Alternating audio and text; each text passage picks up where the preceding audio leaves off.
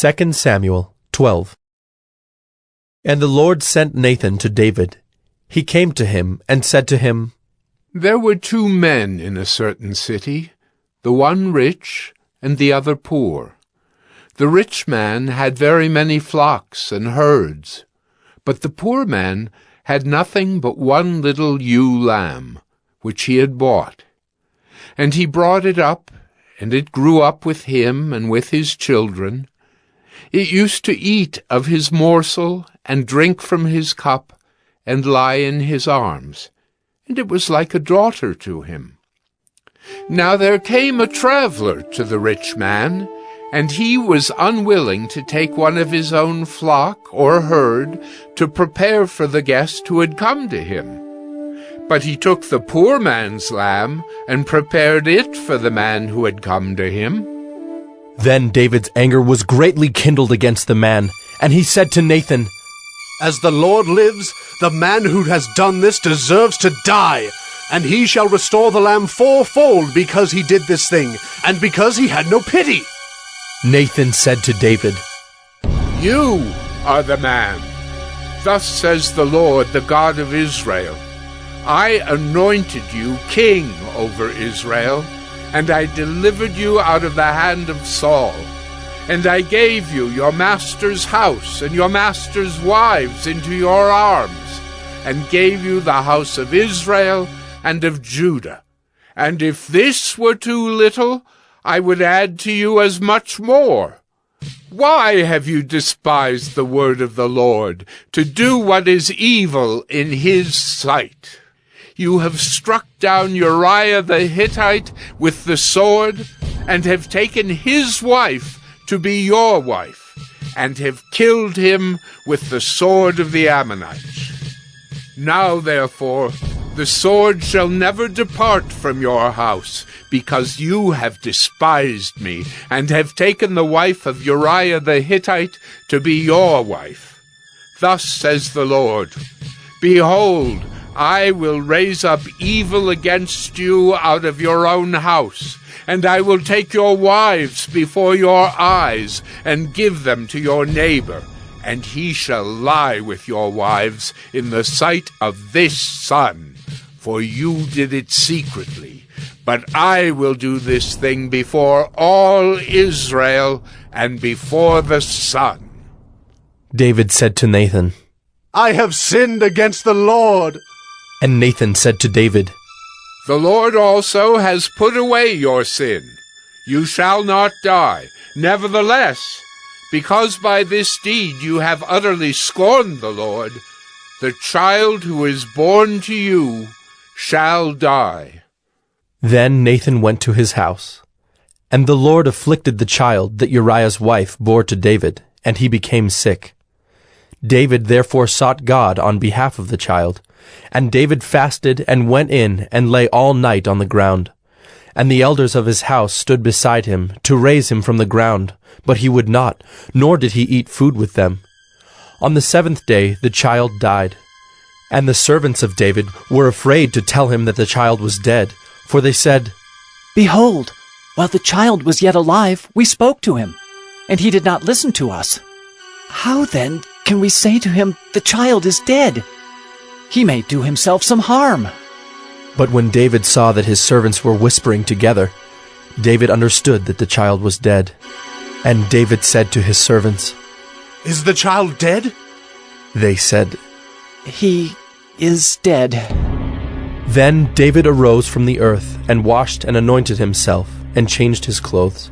And he went into the house of the Lord, and worshipped. He then went to his own house, and when he asked, they set food before him, and he ate. Then his servant said to him, What is this thing that you have done? You fasted and wept for the child while he was alive, but when the child died, you arose and ate food. He said, While the child was still alive, I fasted and wept, for I said, Who knows whether the Lord will be gracious to me, that the child may live? But now he is dead. Why should I fast? Can I bring him back again? I shall go to him, but he will not return to me. Then David comforted his wife Bathsheba, and went in to her and lay with her. and she bore a son, and he called his name Solomon. And the Lord loved him, and sent a message by Nathan the prophet. So he called his name Jedediah, because of the Lord. Now Joab fought against Rabbah of the Ammonites, and took the royal city. And Joab sent messengers to David, and said, I have fought against Rabbah. Moreover, I have taken the city of waters. Now then, gather the rest of the people together, and encamp against the city, and take it, lest I take the city, and it be called by my name. So David gathered all the people together, and went to Rabbah, and fought against it, and took it. And he took the crown of their king from his head. The weight of it was a talent of gold, and in it was a precious stone, and it was placed on David's head. And he brought out the spoil of the city, a very great amount. And he brought out the people who were in it, and set them to labor with saws and iron picks and iron axes, and made them toil at the brick kilns. And thus he did to all the cities of the Ammonites. Then David and all the people returned to Jerusalem. 2 Samuel 13. Now Absalom, David's son, had a beautiful sister, whose name was Tamar. And after a time, Amnon, David's son, loved her. And Amnon was so tormented that he made himself ill because of his sister Tamar, for she was a virgin, and it seemed impossible to Amnon to do anything to her. But Amnon had a friend, whose name was Jonadab, the son of Shimeah, David's brother. And Jonadab was a very crafty man. And he said to him, O son of the king, why are you so haggard morning after morning? Will you not tell me? Amnon said to him, I love Tamar, my brother Absalom's sister. Jonadab said to him, Lie down on your bed and pretend to be ill, and when your father comes to see you, say to him, Let my sister Tamar come and give me bread to eat, and prepare the food in my sight, that I may see it and eat it from her hand. So Amnon lay down and pretended to be ill. And when the king came to see him, Amnon said to the king, Please, let my sister Tamar come and make a couple of cakes in my sight, that I may eat from her hand. Then David sent home to Tamar, saying, Go to your brother Amnon's house and prepare food for him. So Tamar went to her brother Amnon's house, where he was lying down. And she took dough and kneaded it, and made cakes in his sight, and baked the cakes. And she took the pan and emptied it out before him, but he refused to eat. And Amnon said, Send out everyone from me. So everyone went out from him. Then Amnon said to Tamar, Bring the food into the chamber, that I may eat from your hand. And Tamar took the cakes she had made, and brought them into the chamber to Amnon her brother. But when she brought them near him to eat, he took hold of her, and said to her, Come, lie with me, my sister. She answered him, No, my brother, do not violate me, for such a thing is not done in Israel. Do not do this outrageous thing. As for me, where could I carry my shame? And as for you, you would be as one of the outrageous fools in Israel. Now therefore, please, speak to the king, for he will not withhold me from you. But he would not listen to her, and being stronger than she, he violated her and lay with her.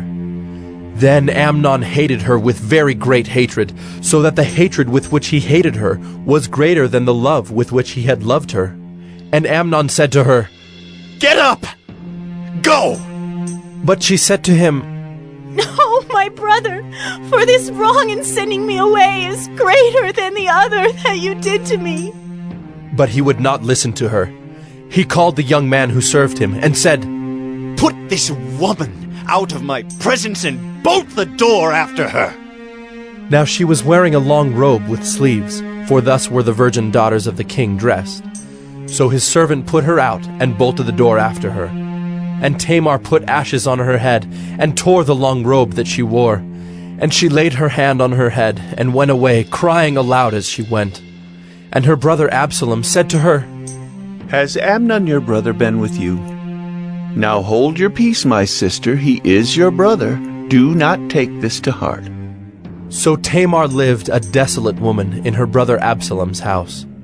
When King David heard of all these things, he was very angry, but Absalom spoke to Amnon, neither good nor bad. For Absalom hated Amnon because he had violated his sister Tamar. After 2 full years, Absalom had sheep shearers at Baal-Hazor, which is near Ephraim, and Absalom invited all the king's sons.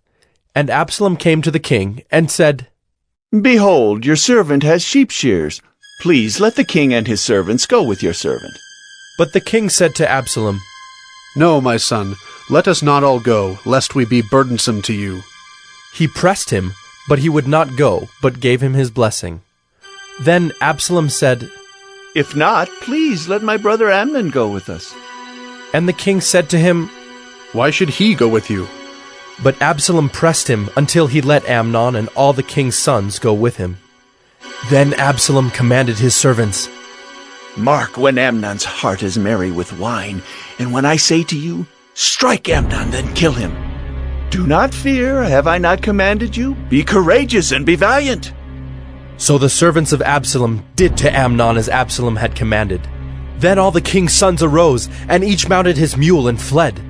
While they were on the way, news came to David. Absalom has struck down all the king's sons, and not one of them is left. Then the king arose and tore his garments, and lay on the earth. And all his servants who were standing by tore their garments. But Jonadab, the son of Shimeah, David's brother, said, Let not my lord suppose that they have killed all the young men, the king's sons, for Amnon alone is dead. For by the command of Absalom, this has been determined from the day he violated his sister Tamar. Now, therefore, let not my lord the king so take it to heart as to suppose that all the king's sons are dead, for Amnon alone is dead. But Absalom fled, and the young man who kept the watch lifted up his eyes and looked, and behold, many people were coming from the road behind him by the side of the mountain. And Jonadab said to the king, Behold, the king's sons have come. As your servant said, so it has come about.